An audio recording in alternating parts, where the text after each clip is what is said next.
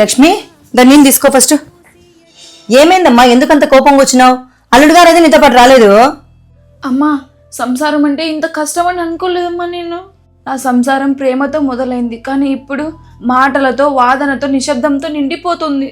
నేను ఇంకా ఇంటికి పోనమ్మా. నువ్వే వచ్చి మీ అల్లుడితో మాట్లాడమ్మా.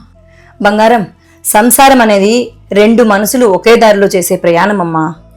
కానీ ఆ దారిలో ఎప్పుడు పూలే ఉండవు, ముళ్ళుంటాయి. ఆ ముళ్ళును తట్టుకునే శక్తి ప్రేమ.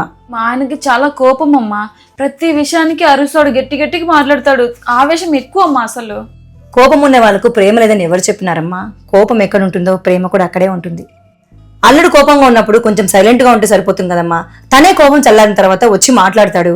క్షమించడం నేర్చుకోండి, ఒకరినొకరు అర్థం చేసుకోవడం నేర్చుకోండి. ఒకరు కోపంగా ఉన్నప్పుడు ఇంకొకరు మౌనంగా ఉంటే కొంచెం సేపటి తర్వాత సర్దుకుపోతుంది కదా. అందుకే ఎప్పుడూ గెలవడానికి కాదు, సంసారం నిలబడానికి ప్రయత్నించు. ఏందమ్మా నువ్వు కూతురికి సపోర్ట్ చేయకుండా అల్లుడు సపోర్ట్ చేస్తున్నావు? ఎప్పుడు అంతే నువ్వు. అయ్యో పిచ్చి తల్లి, నీ మీద నాకు ప్రేమ లేదనుకున్నావా? నీకైతే నేను చెప్పుకోగలను గాని అల్లుడికి చెప్పుకోగలనా చెప్పు? అయినా భార్యాభర్తల మధ్యలో తల్లిదండ్రులు ఎప్పుడు రాకూడదమ్మా. అల్లుడికి కోపం ఎక్కువ నాకు తెలుసు, కానీ నేను ఎంత ప్రేమగా చూసుకుంటాడో అది కూడా తెలుసమ్మా. చిన్న చిన్న విషయాలకే విడిపోవాలి, కొట్లాటలు పెట్టుకోవాలని ఎందుకు అనుకుంటారమ్మా? ఒకరినొకరు అర్థం చేసుకోండి. అవునమ్మా, నువ్వు చెప్పిన తర్వాత నాకు అర్థమవుతుంది. ఆయన కోపం తప్ప మిగతా ఏ బ్యాడ్ హ్యాబిట్స్ లేవమ్మా. నాకు జ్వరం వస్తే చిన్న పిల్లలాగా కాలు కింద పెట్టనీకోకుండా చూసుకుంటాడమ్మా. ఏదో కోపన్నాడని చిన్న విషయానికి అలిగి వచ్చినానమ్మా. నేను ఫస్ట్ మా ఆయనకి కలిసి సారీ చెప్పాలమ్మా. ఇప్పుడే మా ఇంటికి వెళ్ళిపోతా. అది నా కూతురంటే. సంసారం అంటే సహనం, ప్రేమేనమ్మా.